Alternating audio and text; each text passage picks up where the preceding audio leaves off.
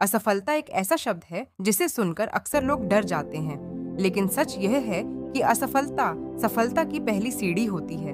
अगर हम इतिहास उठाकर देखें तो दुनिया के सबसे सफल लोग वही हैं जिन्होंने कई बार असफलता का सामना किया, लेकिन उन्होंने हार नहीं मानी। आज मैं आपको एक कहानी सुनाने जा रहा हूँ जो यह साबित करेगी कि असफलता कोई अंत नहीं बल्कि एक नई शुरुआत होती है। कहानी राहुल की उड़ान।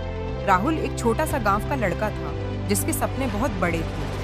वह हमेशा से एक सफल बिजनेसमैन बनना चाहता था, लेकिन उसके परिवार की आर्थिक स्थिति बहुत अच्छी नहीं थी। उसके पिता एक छोटे किसान थे और माँ गृहिणी। राहुल ने ठान लिया था कि वह अपनी मेहनत से कुछ बड़ा करेगा और अपने माता पिता को गर्व महसूस कराएगा। पहला प्रयास।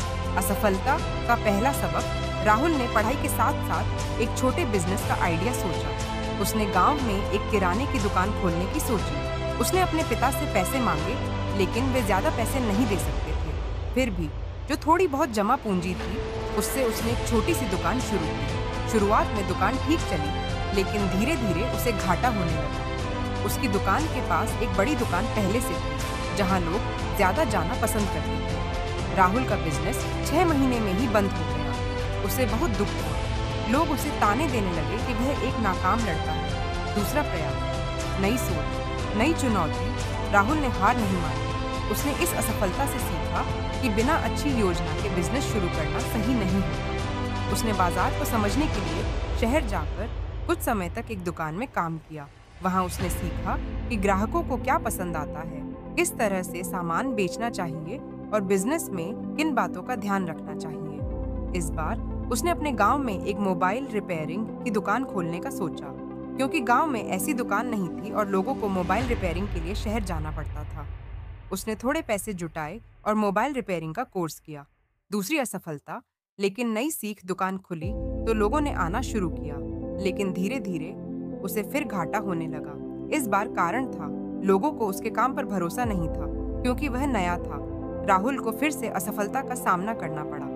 तीसरी बार सफलता की ओर कदम, लेकिन राहुल ने इस बार हार नहीं मानी। उसने समझा कि केवल दुकान खोलना काफी नहीं, लोगों का भरोसा जीतना भी जरूरी है। उसने सोशल मीडिया पर प्रचार किया, गांव के लोगों को फ्री में छोटी मोटी सर्विस देनी शुरू की, ताकि वे उसके काम को देखें और भरोसा करें। धीरे धीरे लोगों ने उसकी दुकान पर आना शुरू किया।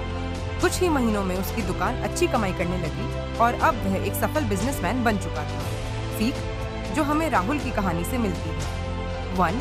असफलता नई सीख देती है। अगर पहली बार में असफल हुए तो इसका मतलब ये नहीं कि हम हार गए। इसका मतलब है कि हमें कुछ नया सीखने की जरूरत है। 2. प्लानिंग बहुत जरूरी है। बिना सोचे समझे कोई भी काम शुरू करने से असफलता मिल सकती है। 3. हार मानना समाधान नहीं है। अगर राहुल ने पहली असफलता के बाद हिम्मत छोड़ दी होती तो वह कभी सफल नहीं हुआ। 4. बदलाव को अपनाना जरूरी है। उसने अपनी गलतियों से सीखा और अपनी रणनीति को बदला। 5. लोगों का भरोसा जीतना जरूरी है। किसी भी बिजनेस या काम में लोगों का भरोसा जीतना बहुत जरूरी होता है। निष्कर्ष। हर इंसान के जीवन में असफलता आती है, लेकिन फर्क इस बात से पड़ता है कि हम उससे सीखते हैं या हार मानकर बैठ जाते हैं। असफलता को एक चुनौती के रूप में लें और उससे सीखकर आगे बढ़ें, क्योंकि सफलता उन्हीं को मिलती है जो लगातार कोशिश करते रहते हैं। याद रखें, असफलता केवल एक मौका है दोबारा और अधिक समझदारी से शुरुआत करने का।